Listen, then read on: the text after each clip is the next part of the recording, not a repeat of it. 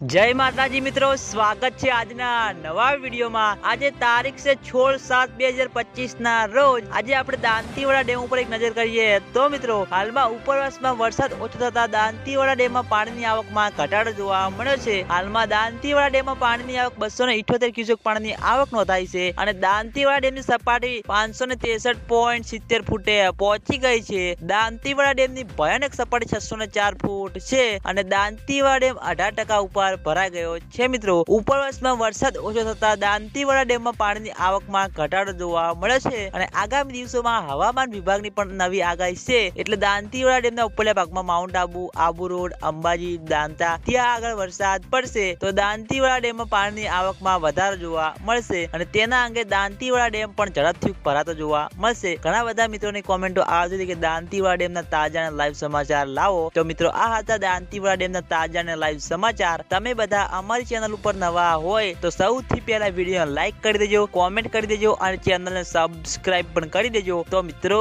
જય માતાજી।